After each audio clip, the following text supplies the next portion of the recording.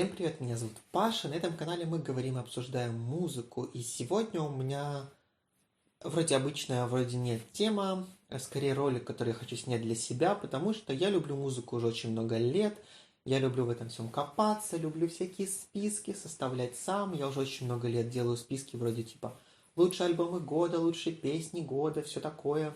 И фигня в том, что эти списки постоянно теряются, потому что то забыл пароль от аккаунта, то новый телефон, то новый компьютер.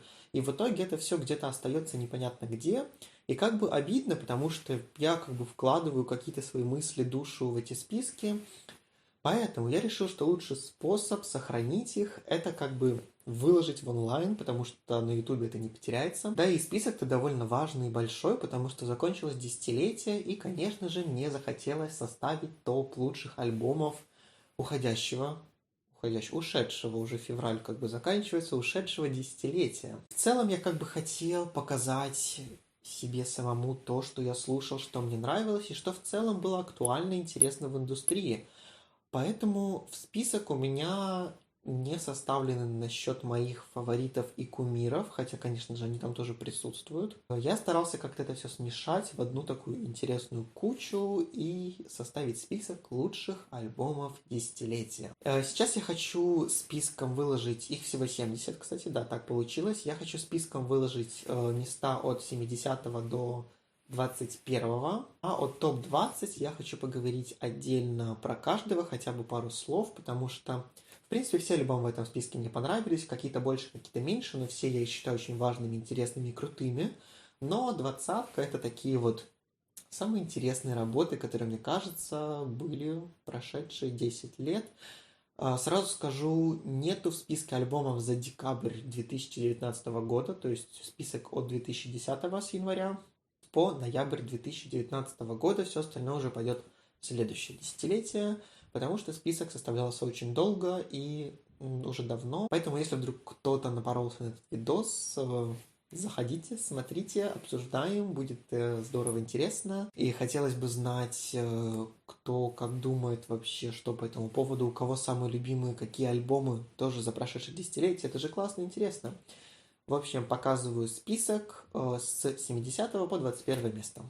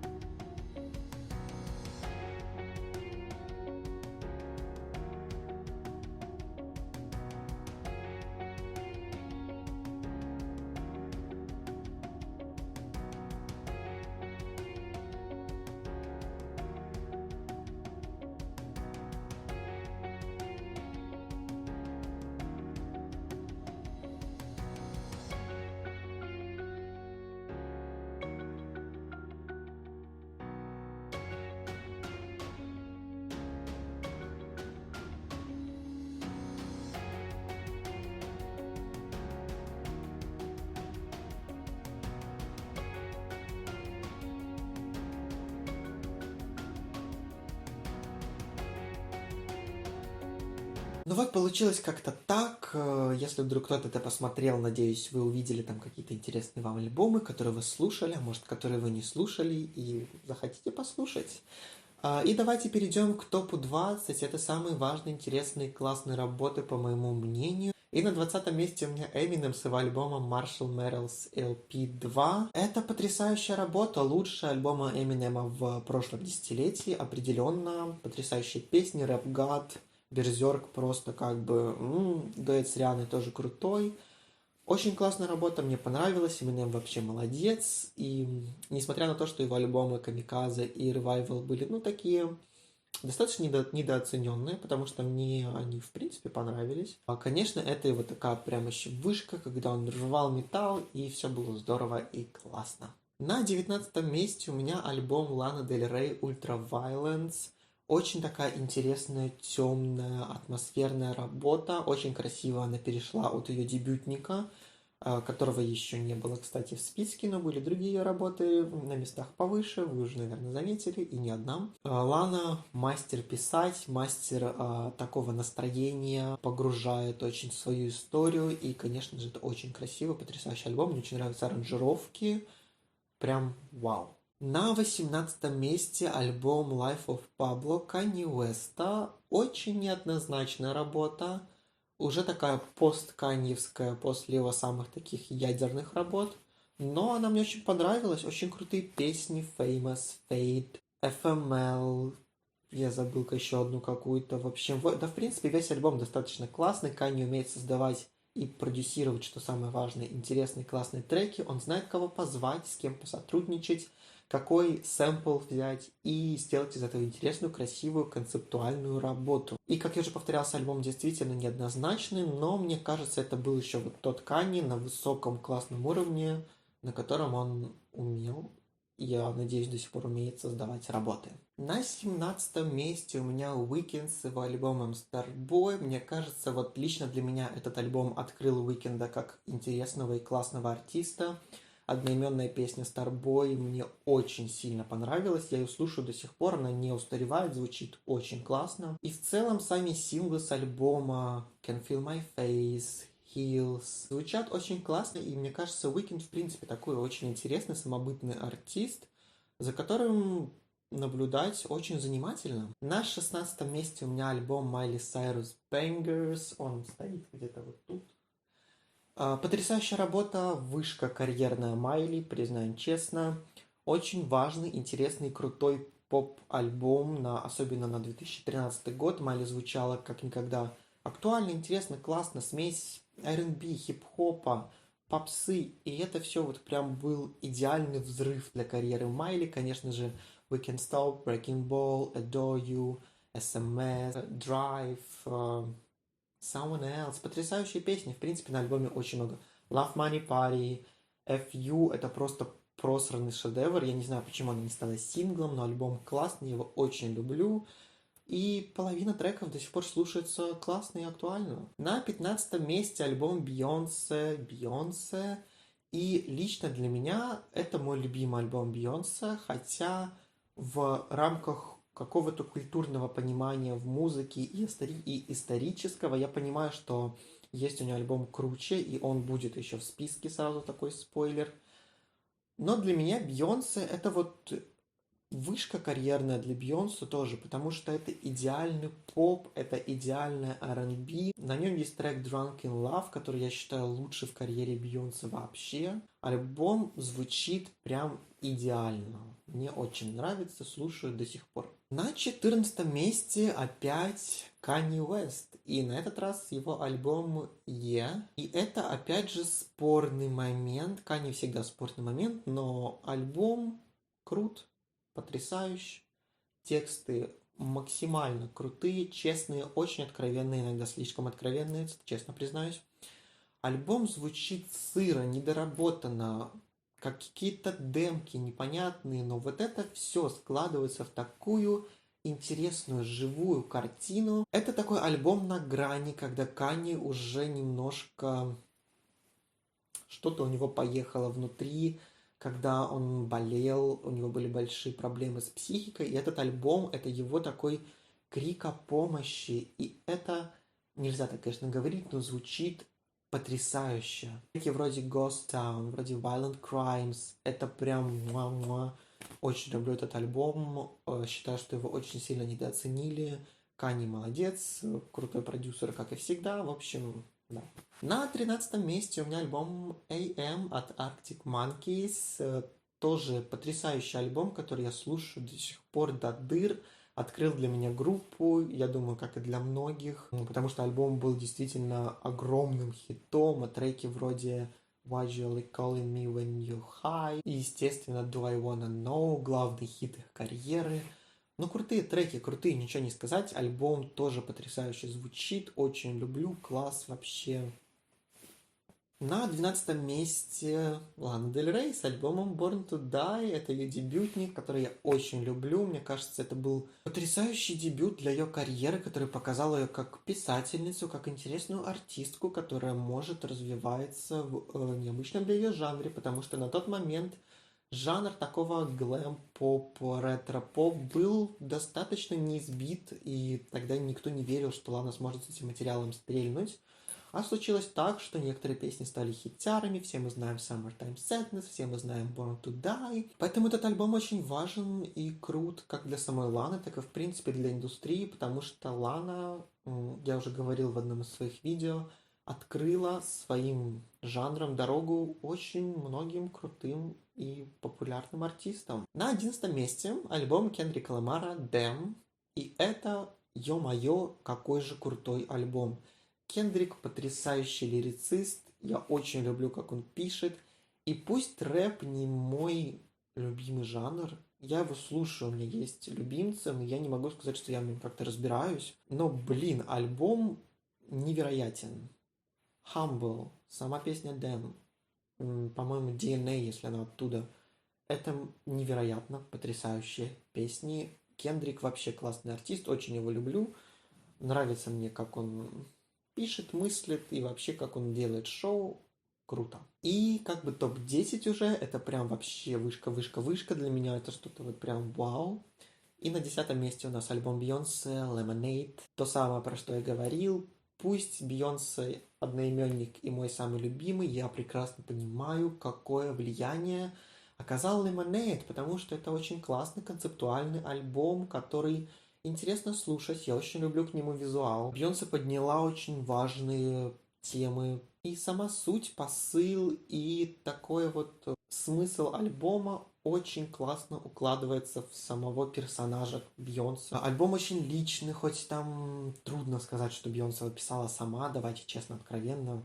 Она знает, с кем работать, как писать музыку, кто ей должен писать музыку. И получилось так, как получилось. Потрясающий альбом Lemonade, который, наверное, я думаю, войдет в историю. На 9 месте у меня то, что я называю идеальным поп-альбомом. И это альбом Кэти Перри Teenage Dream. И вот тут прям четко, как я вот говорю, идеальный поп-альбом. Каждая песня это хит, звучит круто, звучит легко, очень классно он воспринимается. Кэти Перри, ее образ на тот момент были просто железобетонно вписаны в поп-музыку. И песни вроде Teenage Dream, Firework, One That Got Away, 80s Kanye West, там все они были хитами номер один, все их слушали, их крутили по радио. И они при этом круто звучат. Это вот идеальная поп-пластинка, которую вот-вот можно сделать вообще. Идеальный продюсерский состав, хорошие тексты. И вот эта вот легкость, непринужденность, ну, невероятно, реально. Я очень люблю песню Teenage Dream. Да и в принципе все мы до сих пор помним ту же California Girls. Ну, типа реально. Тут даже нечего противопоставить. Альбом крут. На 8 месте альбом Рианы, вышка ее творческой карьеры на данный момент. Это Энтай. И ё-моё, я уже был давно фанатом Рианы до этого альбома, но меня просто поразило, взорвало мой мозг то, как же круто звучит Энтай, потому что это потрясающая, невероятно проделанная работа, потому что тут Риана отошла от такого штампа хитов и посвятила много времени, много работы, много мыслей на этот альбом, и получилось то, что получилось. Лучший альбом ее карьеры. Наверное, одна из лучших ее песен в карьере. Это Love in the Brain, это невероятная Work, это Kiss It Better, это Needed Me, это все потрясающие, крутые песни. И это то, чего бы хотелось слышать больше от Рианы, чего-то такого более независимого, интересного, может, экспериментального, потому что Риана уже на том месте в своей карьере, когда она может делать все, что хочет, все равно это будут любить, все равно это будут покупать. Поэтому ждем новый альбом очень сильно, Риана.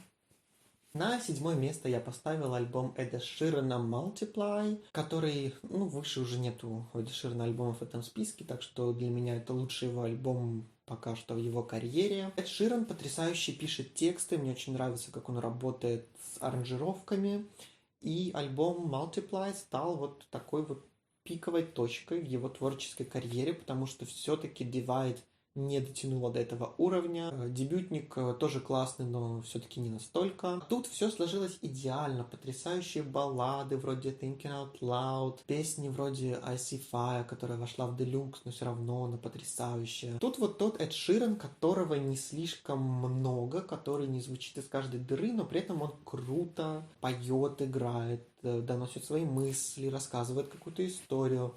И Мне бы хотелось, чтобы он немножко вот откатился назад к такому звучанию. Все-таки немножко мне не нравится то, что он делает сейчас. Если говорить о последнем альбоме, который Collaboration Project, это вообще... Но этот альбом потрясающий, многие песни я слушаю до сих пор, люблю, классно, заслуженное место. На шестом месте, она тут последний раз в этом списке, обещаю, просто уже других альбомов нет. Это Лана Дель Рей с альбомом Norman Fucking Rockwell. Альбом, который она выпустила в прошлом году, и кто мог подумать, что Лана сможет перепрыгнуть саму себя прям на, не знаю, 2-3 головы, потому что я не могу даже описать, насколько это потрясающий альбом. Ее коллаборация вот с Джеком Антоноффом, это прям вот так у них все срослось хорошо, что вот, например, у Джека Антоноффа и Тейлор Свифт, ну, не очень срослось. А вот с Ланой у них прям получилось все идеально, и я считаю, что это потрясающая работа. Лана тут раскрыла себя как поэта на каком-то абсолютно новом уровне. Очень легкие аранжировки, которые не перекрывают ее голос. Потому что обычно Лана поет немножко как бы вот сливаясь с инструментами, а в этот раз они немножко поменяли концепт, и Лана была на первом плане. И, блин, это так офигенно звучит. Песни вроде Venice Beach, Maronex Apartment Complex, Doing Time.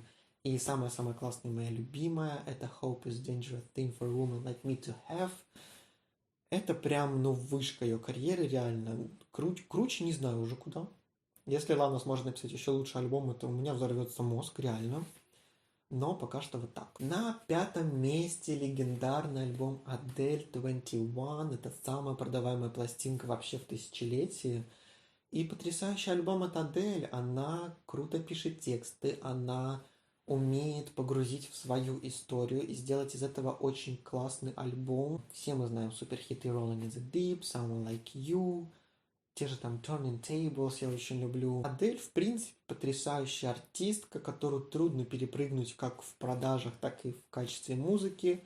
Очень люблю то, что она делает, и очень жду ее новый альбом. На четвертом месте дебютный альбом Гарри Стайлза, который называется Harry Styles. Где-то он тут тоже стоит, вот тут. И как бы новый альбом не вошел в список, потому что он уже вышел в декабре, я не учитывал декабрь. Но это потрясающий дебют. Просто один из лучших на моей памяти. Гарри невероятную работу сделал над собой, над своим образом, над тем, что он хочет донести своей музыкой, какой стиль он хочет продвигать, потому что это вообще не хитовый стиль, ни в каком вообще месте сейчас. Но он твердо делает такую классную, качественную, интересную музыку. И пусть ему, может, надо немножко поработать над лирикой, но он еще молодой, он это все прокачает и сделает круче, я точно знаю. Но в целом альбом потрясающий. Sign of the Times, которая вышла первым синглом. Я вообще не знаю, сможет ли он когда-либо перетопить такую песню, потому что для меня лично это вот прям, ну просто идеальная песня, круче сделать некуда, вот прям вот сотка. На третьем месте у меня еще одна работа от Джека Антоноффа, как и с Ланой, это Лорд Мелодрама. И этот альбом для меня постепенно рос просто до каких-то невероятных высот, потому что изначально мне, да, очень понравился альбом, но как-то я про него забыл, наверное, на год. И только потом, когда к нему вернулся, я понял, насколько же это невероятная работа от Лорд.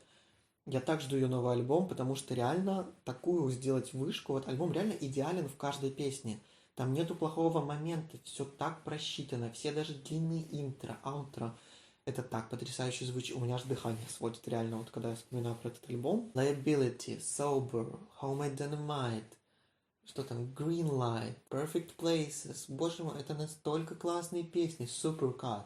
И это вот даже типа просто я их помню все время, потому что они даже из головы не выходят. Действительно невероятный альбом. И да, получается у него бронза, третье место. Заслуженно очень классный альбом. Если вдруг кто-то не слушал, это прям вот обязательно нужно слушать такое. На втором месте серебро. У нас снова Адель, которая была буквально 2 строчки назад, с ее альбомом 25. И да, наверное, странно, что я поставил ее 25 выше, чем 21. 25, 21, боже, английский обожаю. Короче, мне кажется, что 25 действительно получился немножко глубже, потому что над этим альбомом модель работала очень долго, очень тяжело, но при этом у нее получились такие невероятные песни, как Hello, как Million Years Ago, как When We Were Young, как River Lee. What Under the Bridge. Это реально крутые песни, которые никогда не устареют. Это раз. Которые круто звучат и по тексту, и по музыке. Это два. Это крутой альбом. Это три. И мне кажется, действительно такие работы цементируют просто артистов в музыке. Я считаю, что весь успех альбома, невероятные продажи абсолютно заслужены. И я до сих пор реально слушаю альбом целиком. Он невероятен и потрясающий. Ну и теперь первое место. И тут такая ситуация. Если вдруг кто-то смотрит это видео, то он обязательно меня захейтит за это первое место, но у меня есть причины. Как я уже говорил, я старался немного абстрагироваться от этого списка, то есть не ставить именно моих там кумиров, а действительно смотреть на то, что действительно было качественно, интересно, необычно, концептуально. Поэтому на первом месте у меня невероятная, потрясающая, лучшая работа десятилетия. Это я говорю от всего сердца, так оно и есть. Это My Beautiful Dark Twisted Fantasy от Kanye West. И описать, насколько это идеальный альбом во всех планах, в концепции, в аранжировках, в текстах, в коллаборациях. В принципе, трудно описать. Канье Уэст писал этот альбом после больших скандалов, когда его репутация, казалось бы, достигла дна.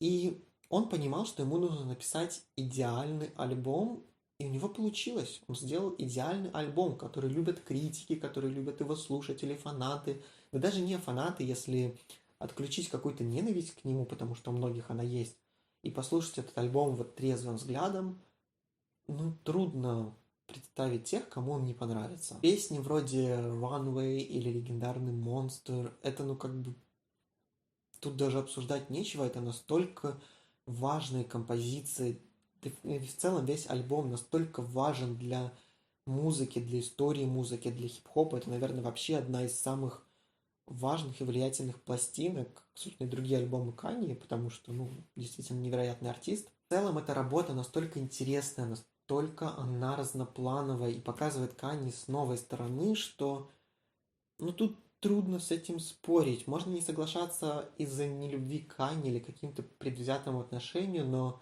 действительно круче этой работы, наверное, ничего не было в последние лет, ну, 15 точно. Люблю, переслушиваю, постоянно возвращаюсь, нахожу какие-то новые фишечки в этом альбоме. И крутой факт того, что несмотря на то, вот насколько легендарен и классен этот альбом, лучшая часть альбома это что? Куплет Ники Минаж «Монстр». Тут как бы, ну, все сыграло на руки Канье, чтобы этот альбом действительно был зацементирован в истории музыки, и никуда от этого не деться. Вот такой вот у меня получился список, мой топ-70, я им горжусь, у меня душа чиста, действительно все альбомы, которые я люблю, которые, мне кажется, повлияли на музыку, и все в этом топ-70 заслуживают внимания, очень классные работы, и если вдруг кто-то посмотрел это видео, в чем я в данный момент почему-то очень сомневаюсь, пожалуйста, напишите ваши любимые альбомы прошедшего десятилетия, мне было бы очень интересно почитать.